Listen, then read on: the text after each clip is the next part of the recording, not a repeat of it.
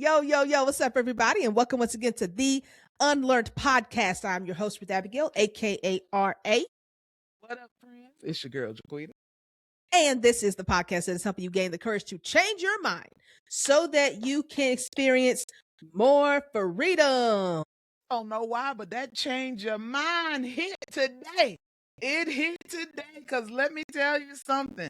If you don't change your mind, the Lord will. Okay, listen, you can go willingly or you can go circumstantially.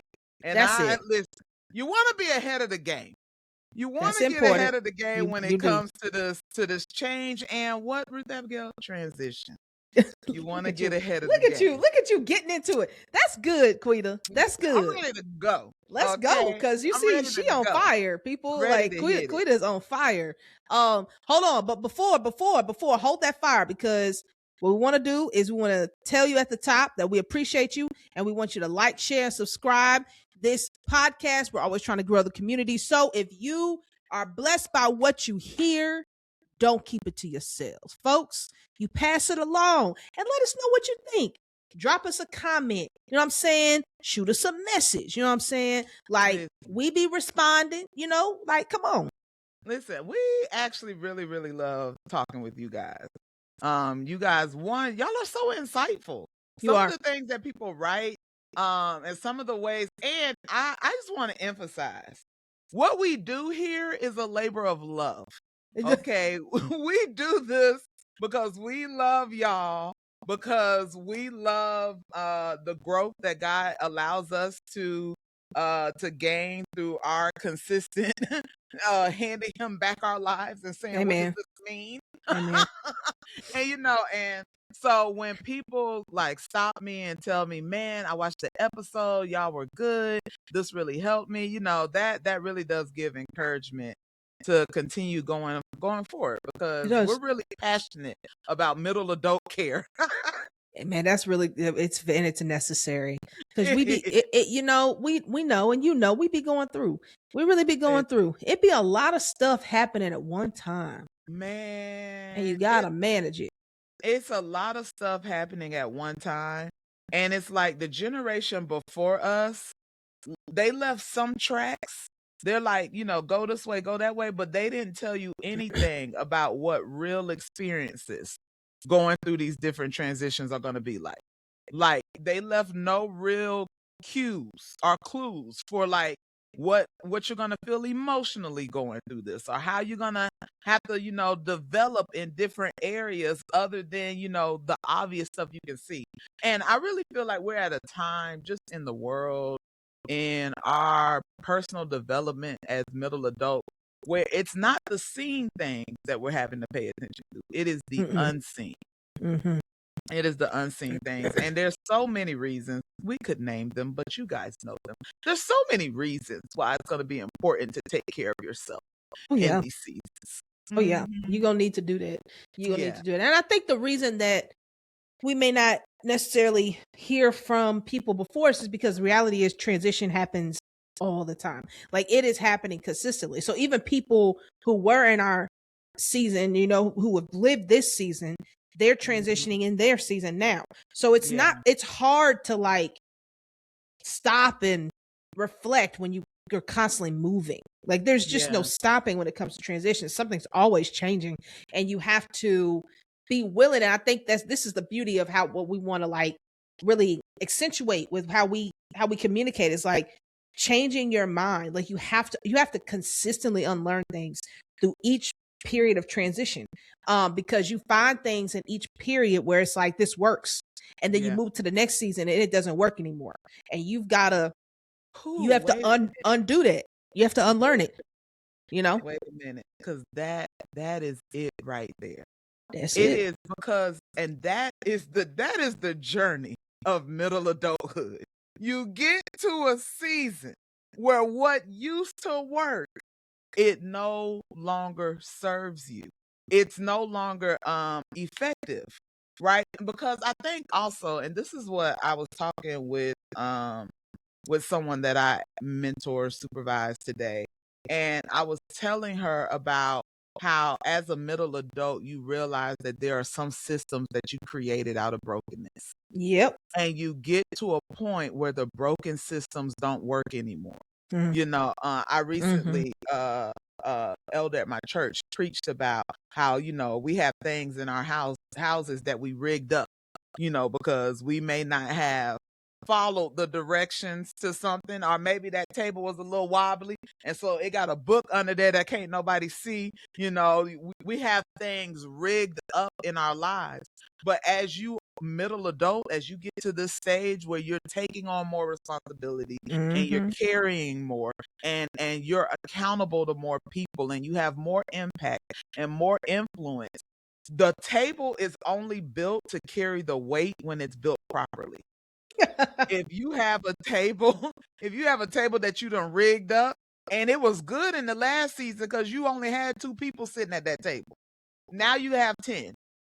You have 10 people sitting at the table. You got somebody trying to stand up on the table that you're trying to get to sit down. You have people all around surrounding you, and what you rigged up is starting to crumble. That's correct. And that is the season of transition that I think a lot of us as middle adults are finding ourselves in, is that we have tables and structures and personalities, ways of coping, ways of engagement, we have systems we have built that we built in a time of brokenness, or in a time where we were just trying to make it in our teen years, in our 20s.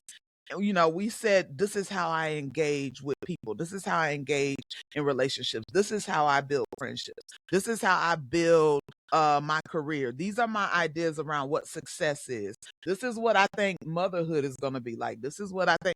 And we built up these ideologies and these systems and these rules of engagement that once you actually get into it, and when you get to the next level of your life, you realize I'm trying to put weight on a broken system, and things are falling apart. So this is, slightly funny story to that. I'm sitting at my keyboard the other day, and I was playing me and our son Tyson, and we were about to be done, and he was saying goodnight. He leaned over to give me a hug or a kiss or something like that, and that chair broke. I fell right on my behind. This chair had been halfway there for a while, to your point, and we kept sitting in it, and I used it, but it just took a little bit of pressure, and I fell on my butt. I mean, boom. And it was just like, whoa, what happened? That junk is out in the yard now. We can't use it. And it's like, you're right. And we should have been moved that chair. We should have been either fixed it or gotten rid of it.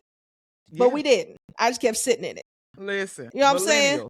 Millennials and middle adults, in the chat right now, wherever you are, I want you to write. Everybody got something in their house that you should have been throughout. Yep. Okay. Yep. We all got something you done had for 15 years. You bought it from IKEA when you graduated college. Okay.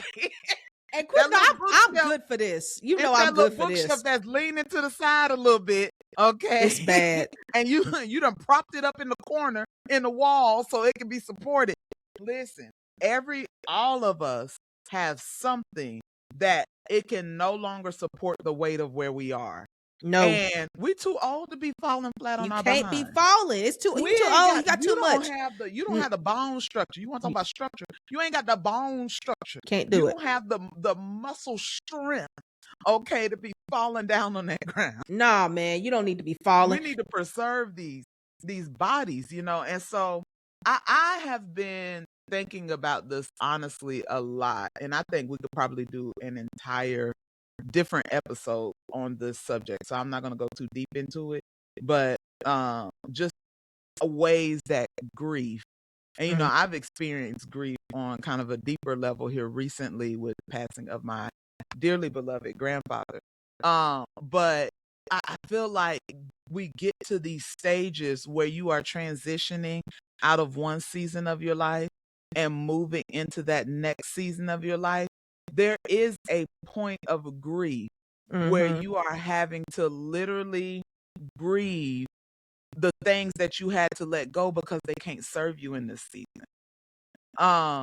And one of the things that I'm currently having to navigate is not necessarily the grief of the end of friendships and relationships, although some of them have come to a close, but the grief of the transition of how I'm situating myself in relationships, because I'm looking at the personality that I've built inside of these systems. This Jaquita's always loyal. Jaquita always shows up. Jaquita is never asked for anything.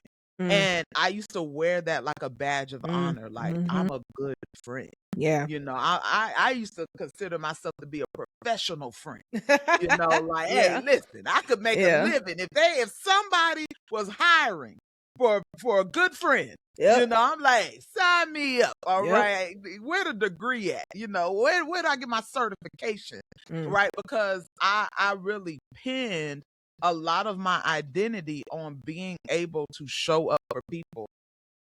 But I've had to realize that some of that was created out of a narrative of brokenness. And I'm having to review what was the foundation that I was building, not the ways that people are showing up in these friendships, but what is the foundation that was informing the way that I was showing up. And that's what is having to be revisited. And it's tough. That is tough. And it's tough, but it's good inventory to take, because as you get older and your life begins to shift, I think you said something to me like the other day where you were like, I can't, oh man, Quita, dang it, hold on. What did you say? It was really good. I know it was. Yeah, it happens sometimes. All right, chill out. Okay, all right.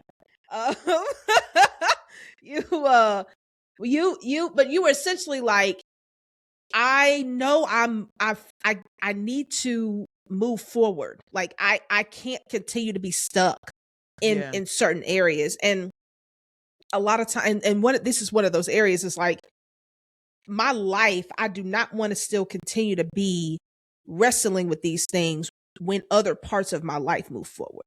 Like I don't want to continue to be here. And I think that's it's good inventory, because your friends, the people that you that have built tight relationships with, we say this all the time, y'all. Community is everything. Your community is really a reflection of you. And so if you find yourself, in a space where you are taking inventory and realizing, maybe these relationships, my part in this is I have built it based on brokenness, like Quita was saying. I showed up based on how I felt like I needed to show up in order to retain people and not be as authentic or as honest as I need to be in this relationship. Then you can set yourself up to be in a position where you can't move forward, and you end up dragging people that you don't need to hold on to. So your people become baggage, and that's not healthy. So you moving that into another space is not something you want to do. And I think the thing is, like, we kind of talk about it in terms of negative influences. That's kind of one of those things. It's like, yeah, the negative people in my life are the people that just, are going a totally different direction, all this stuff. But I think the nuance here is that doesn't always have to be the case for you to have to let somebody go. Or to let a relationship go, or let a relationship live in a different space. Let it transition. Let it be different. It's okay. All five of us, like, there's five of us kind of that are still, we have a crew from college, and we all live in different states. at this point. No, that's Actually. not true. I'm tripping. One just moved. That's true. I That's true. finally, after like It's true. 15 years, My have bad, I somebody in the forgot. city with me. Dang, that's crazy. And then for a long time, it was two of us in Memphis, but we have lived in different states at one point, and most of us live in different states. We're always trying to figure out how we get together, and we used to be able to get together on a regular basis. We used to be able to have like every New Year's. Yeah, we used to make it happen. Our New Year's trip, friends. Yep, and we did it. And we did it, and it was great. And we could all drive. It was no problem. We figure it out. But that was then, that was then. It feels impossible to get together now. Like, we get together for big occasions. We make that happen. But just a get together just for get together's sake is like, man, I don't know. Like, some of us may be able to, a couple of us here and there, but we've had to navigate and accept that the rhythm of relationship is different. Yeah. Simply because we've transitioned. Yeah. And I think that something that could have been potentially unhealthy is if we allowed the guilt of that or the perceived comfort of that to make us not be okay with accepting that transition, like forcing ourselves to show up when we know we really don't need to show up, right? Or anyway. So I think it's just we've experienced that just with our circle, and it has nothing to do with the people or the community. It's sometimes it's just time to do that, and it doesn't have to be negative, but it needs to happen. It needs to happen. You got to acknowledge where you are. I think one of the things that I realized when it comes to me and the sense of friendship is that you cannot build solid foundations on silence. Mm-hmm. And if there are areas of your life where you are not communicating and you are not expressing not just what you need, but really expressing how you're really experiencing things. Yeah, for really sure. Expressing how things have really impacted you, and I feel like I'm about to move into a season of deep expression, and I want to go ahead and apologize to everyone who may have to be a recipient of this expression. Because when you have been a person that has not spoken up for yourself and has not expressed like how things impact you, how things move you to the left or the right, and you feel like you have been, you feel like you've been taking hits, but you can't really call them hits because you didn't internalize them like that. You were just like, it happened, and you made excuses and you found all the reasons why, and you walked the other party through why it may have happened that way. Now you have to sit with, how they say buried emotions don't die. Yeah, no, all that stuff that you brushed over, pretended like it wasn't there, pretended like it wasn't what it was. You have to be accountable for that. That's correct. You have to be accountable for what's kind of in your reservoir. And when you open the lid, you can't go, they did this, they did that. Yeah. This happened. Like, you didn't express those things. And so, I've been at points in my life, in my life's journey, where I have gotten to points where I have evaluated friendships and I have thought to myself, okay, what do I do with this friendship now? What do I do with this relationship now? I don't know how to move it forward. And a lot of times I think my response was creating distance and then allowing it to come back later and just be like, all right, we cool now. I just needed, 3 months off apparently. Right. But I think that there is some value in speaking up. And millennials and middle adults, let's talk about some reasons why we don't speak up. Okay? It's because you were told not to as a child. Okay? We were told, not to speak, not to express, not to ask questions, right? A lot of us were given that narrative of children are meant to be seen, not heard. Mm-hmm. Right. And sometimes those kind of rules of our youth are following us. Yeah. Right. And you internalize that maybe it is not safe for me to give opinions or to give thoughts or to give ideas or to require something of someone. Mm. I know that that's something that like I've had to like wrestle with, like, like, is it actually okay for me to say, hey, this is what I need? Yeah. Because Yeah. a lot of times as a young person, it was like, hey, we all need something. So don't speak the needs. We all see them. You don't have to talk about them. Yeah. Yeah. Yeah. That's real. You And know? I think as women, we get that like on that's there's a duality there, because that is something that women I think have to grow into. Even pretty, I think a lot of women even later in life, like Yeah. where you are willing to express what you need, um, be honest about how you feel, not just accept everything you get. But we kind of like that's another narrative that's played out like for women. It's like you take what you get, and that should be enough. Um, and that we have to unlearn that's not, obviously that's not true, but it is tough to come into that when it is what you not what you just heard, but what you see. Yeah. And you see people behave and interact like that, and a lot of times we don't see the behind the scenes of what that behavior brings. You just see kind of the surface level of the way it looks, right? Yeah. There, let's see here. Oh, how diplomatic do I want to be? So I think there's a reality to, we all know people, whether it's in our families or our other people's families, who have been married, right, for 50 years, 60 years. And we celebrate it. And I'm not saying that shouldn't be celebrated, because it takes a lot to be with somebody for that long. We also, though, don't know what that 50, 60 year of staying has been. And we don't know what the behind the scenes of that has been.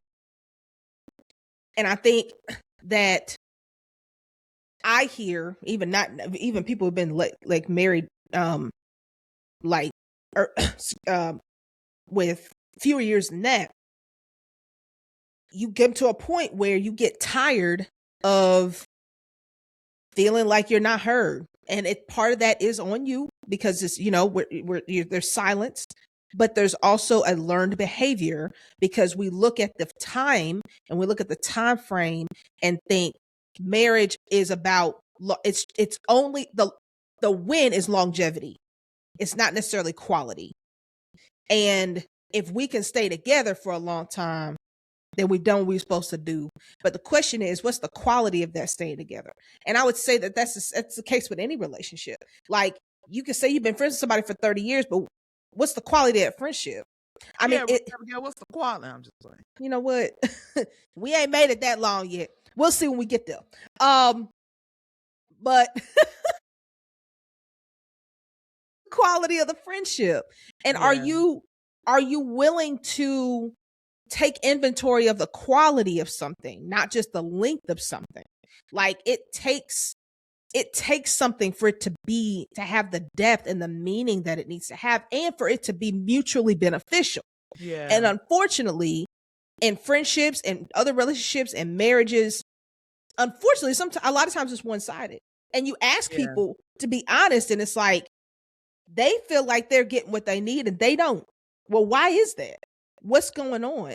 And is that something that can be changed, or does it need to be, do we need to do this? Do we need to separate? So, But, I think when you think about those relationships and going 50, 60 years with someone, you have to account for the, relationships transition, because people transition. mm-hmm. And a lot of times we don't make it across the transitions. Mm-hmm. Like I'm sorry, I'm seeing when Jesus put the disciples in the boat and said, I'm going to meet you over on the other side. Y'all get in the boat. I'm going to meet y'all over there.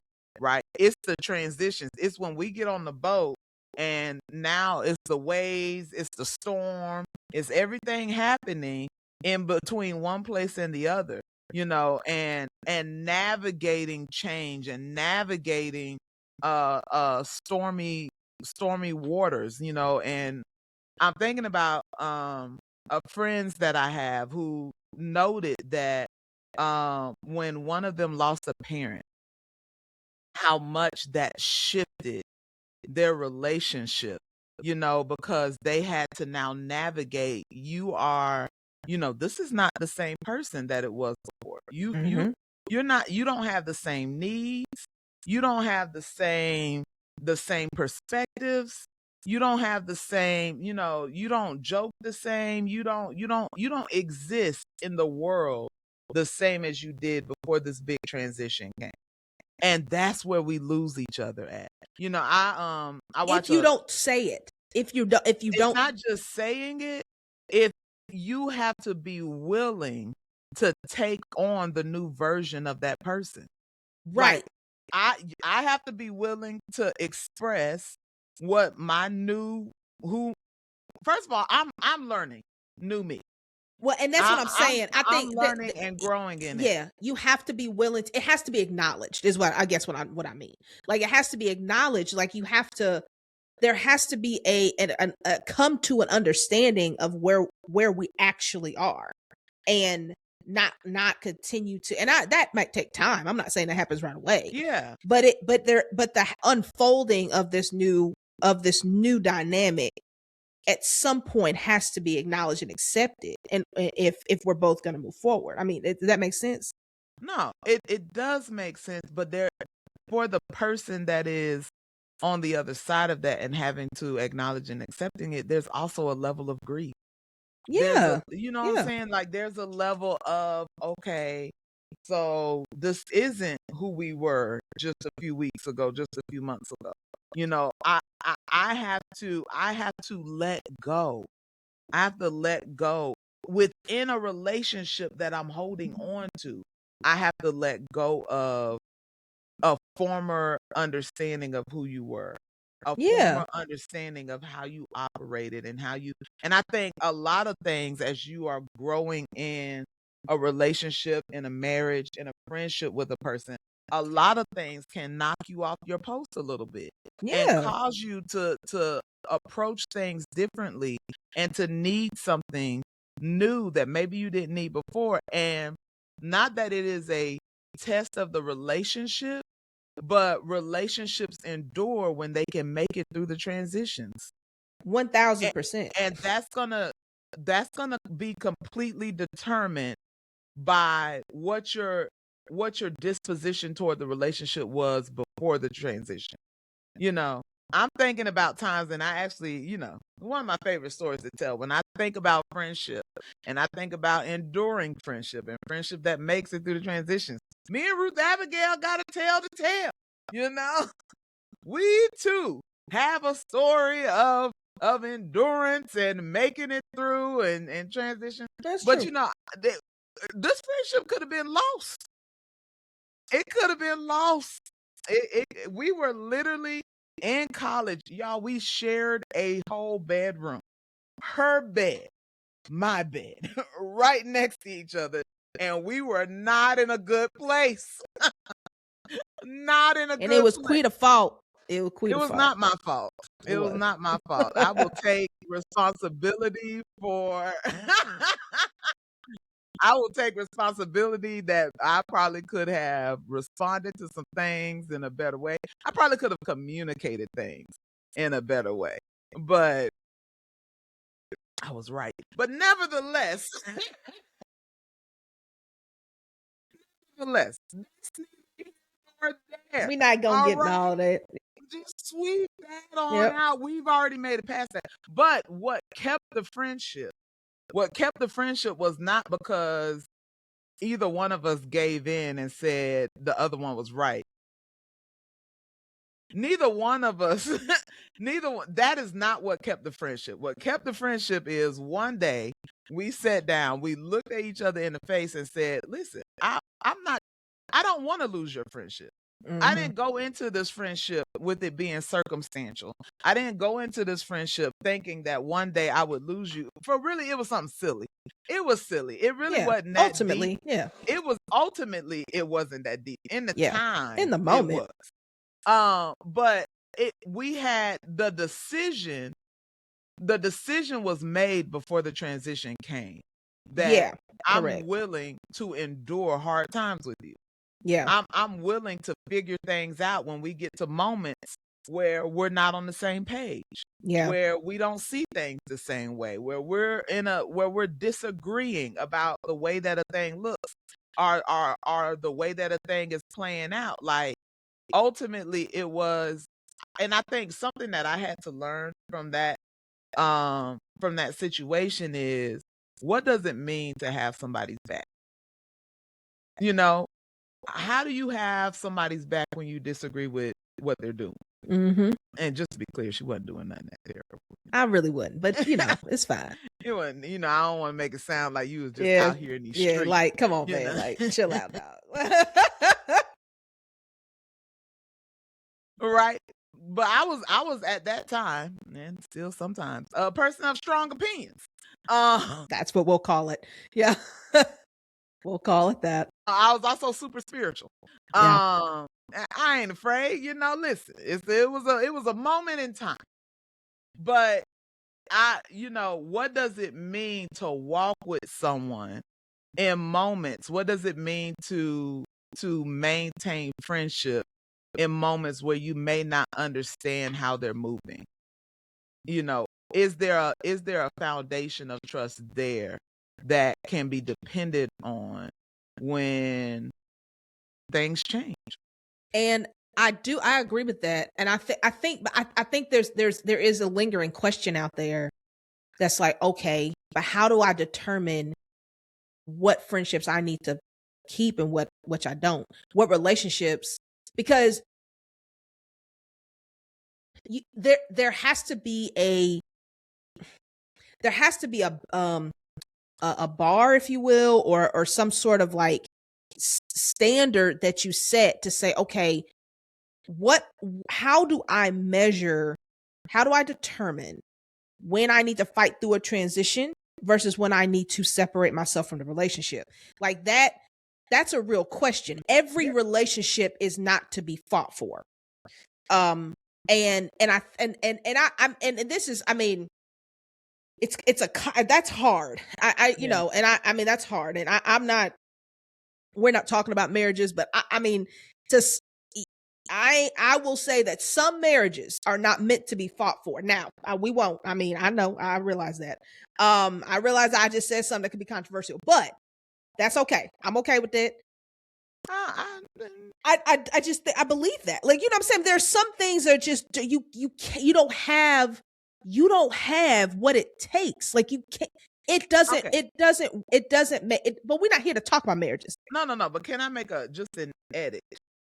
Sure. I probably need an edit. Go ahead. Yeah, no. Just not some marriages. It's not the marriage, it's the situations that the marriage presented. Yeah, but sometimes that can mean that the marriage. Yeah, no. Sometimes that means that the marriage has to end. Yeah, sure. I don't like the idea of some like just marriage. Marriage can always be fought for. And it can be fought for. I'm not saying it can't be. And I'm not even saying you don't, but I'm saying there are instances where it's understandable that it's not. I was just making an argument for the sake of language. That's perfectly fine. And that's probably fine. Anyway, we'll move on for that because neither one of us are marriage, experts. But I'm saying relationships, and I just didn't want to exclude marriage because that is a relationship. But I do think that there are some relationships that are not that you don't have the capacity to fight for either. Can I share with the people what the Lord shared with me? Yes. Okay. Please. I appreciate your permission. I was praying to God one night. I was sitting on my couch because I feel like I've been making a lot of hard decisions here lately, and it's been a lot of hard pivots, and it's been a very reflective moment. It's been honestly kind of emotionally draining, if I'm to tell the truth. But one thing that the Lord said to me that helped me to navigate how I'm looking at relationships in this season is He said, Jaquita, there is a difference between people that hang on and people that hold on. People that hold on, as I'm holding on to you, you're holding on to me. And so if one of us gets weak, the other one is there to hold the other one up.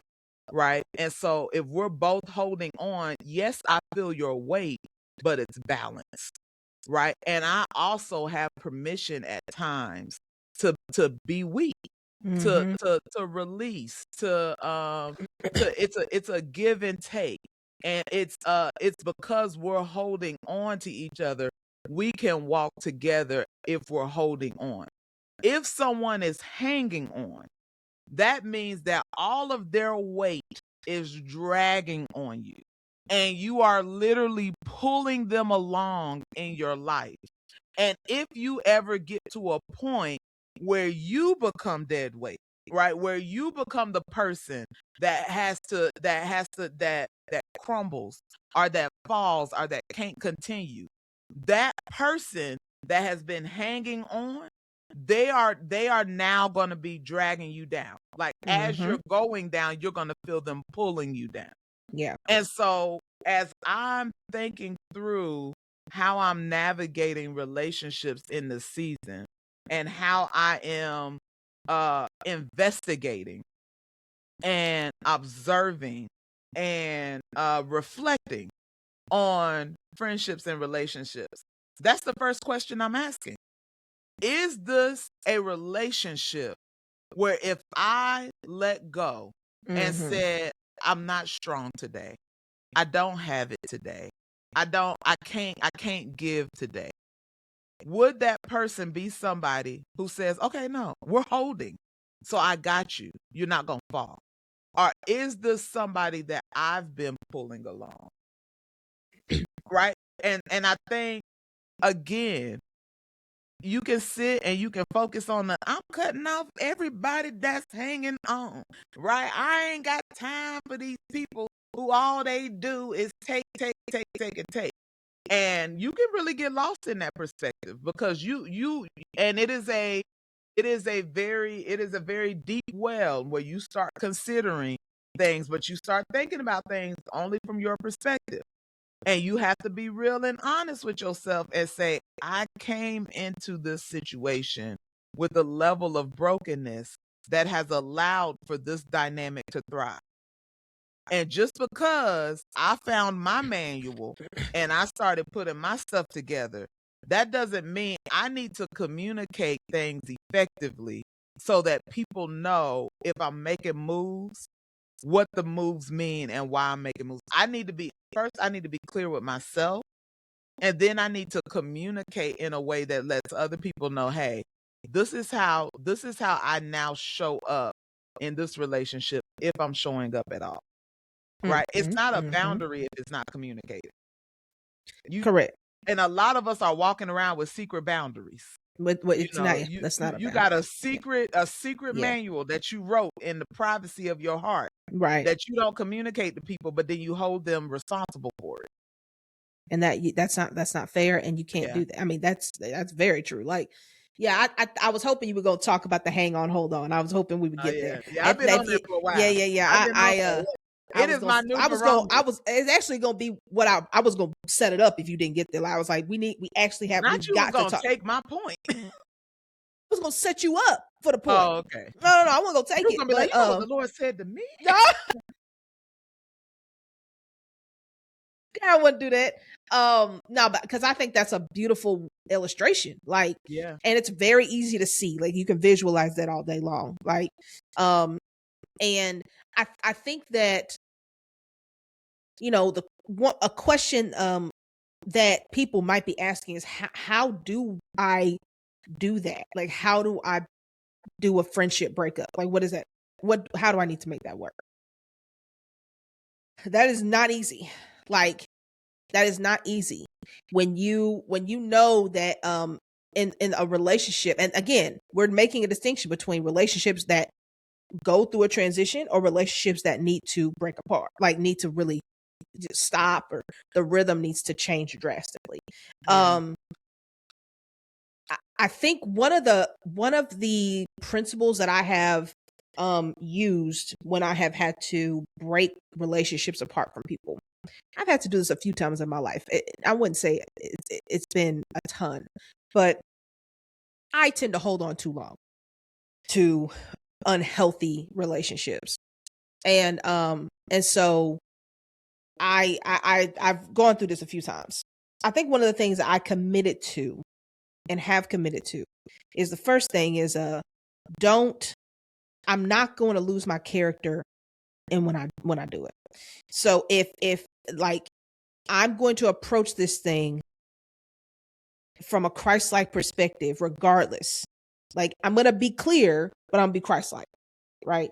And I'm not going to lose my character in it.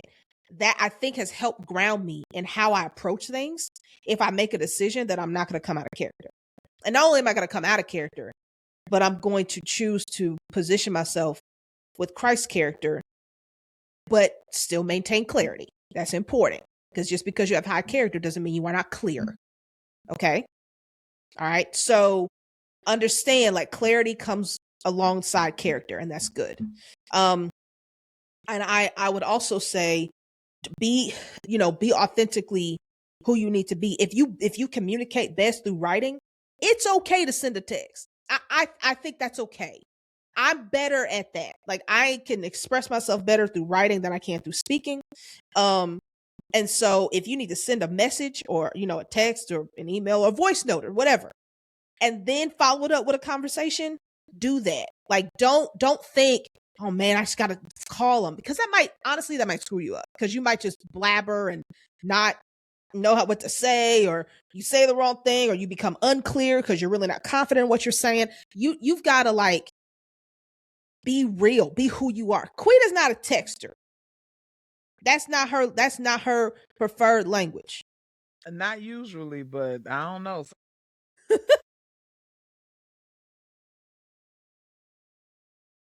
I've sent a few. Hey, unfortunately for you, I'm just playing. You know, this friendship. Here are my reasons why. I'm good at texting because I do express myself through writing. It'd be the That's text true. all day. Oh, that's The true. I mean, that's true. the That's a good point. I could yeah, text all day. I never have to pick up the phone. But yeah, you enjoy, and yeah, I I am. enjoy good text. But you have different styles. You know what I'm saying? Like, it's like, be you. If you're the person that needs to talk through it, okay, talk through it. Like, pick up the phone. Don't resort to a text because it's easier. So I think just knowing you, be clear, have high character. Those things are not mutually exclusive. And be authentically who you are. Don't be afraid to just be honest and do the best way for you. Guido, will you have any other tips? I think I will say I feel like there are some instances where I have done it wrong. There are some instances where I feel like it was hard, but I did what I was supposed to do in that moment. And but what I will say is that um I'm not gonna necessarily talk to the what to do and what not to do, because I do think you want to make sure that you are clear and that you are stating a boundary about what can and can't happen from this moment. Like, I'm not, hey, I just want to let you know I'm not going to answer your phone calls. I'm not going to da da da da da. These are my boundaries. Cuz I think when we say, "Hey, I just want to let you know I ain't cool with you no more. We don't rock no more." They'd be like, "All right, I see you, we all go to the same little spot. I'm going to see what you're going to do. You're not going to talk, you're not going to speak." And so I think as clear and concise as you can. But I will say the thing that I've been having to process is feeling guilty for setting boundaries, feeling guilty for saying, hey, this is my line. I've reached my capacity with being able to endure whatever it is that I no longer feel like is matches who I am anymore. But as a recovering people pleaser, and people pleaser anonymous, okay, if you would, I'd like to invite all of my say it my diplomatic people, my you gotta say it the right way people, who am I if everybody doesn't think I'm warm and fuzzy all the time? And again, I had to contend with the fact that some of my people pleasing, about 80%, good bit of it, was built from a place of brokenness. It was built because I didn't want to have to deal with rejection. I didn't want to have to deal with abandonment. I didn't want to feel like I had given people a reason to leave, or I had given people a reason to think less of me, right? And when you stand for yourself and say, no, I'm not going to take that, right? In the moment, it feels good. It be like, oh, I told them. Yeah, because I ain't fooled up with that. But then later, you start questioning yourself because the desire to be accepted, the desire to feel like everyone likes you and everybody thinks well of you and that nobody has anything bad to say about you, that desire will make you, that's what often causes us to re-blur the lines. Yeah. And I would just encourage people to, one, when you are thinking about what you are going to say to that person, to when you are redefining a relationship in whatever way that is, because it's not always like a strong breakup. No. Sometimes it's a strong, it's a redefining the rhythm. Like it's a redefining the rhythm. Yeah. It's a, maybe we don't have to talk every day. Maybe this isn't a, we chill at each other's house relationship. Maybe we just go out for lunch. Maybe we coffee friends and not, sleepover friends. Like, maybe, but That's hilarious. Maybe take that how you want to. No, don't take it how you want to, okay? Y'all know what I meant, what I didn't, okay? But nevertheless, in any point where you come to a point where you are redefining the relationship, I want you to take some time and journal, reflect on your reasons why.